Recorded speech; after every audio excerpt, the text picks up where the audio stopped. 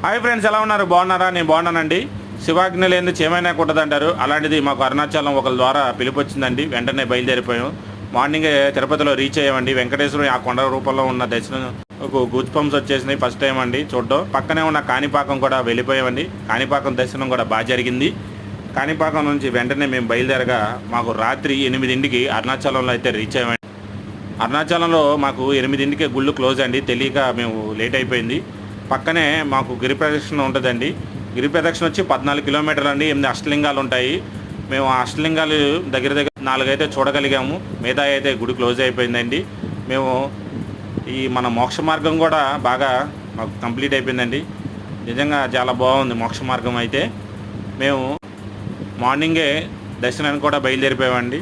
దర్శనం అయితే బాగా జరిగింది. వీకెండ్ కదా, బాగా రద్దీగా ఉందండి. దర్శనం అయితే కంప్లీట్ అయిపోయింది. Bye friends, thank you so much supporting.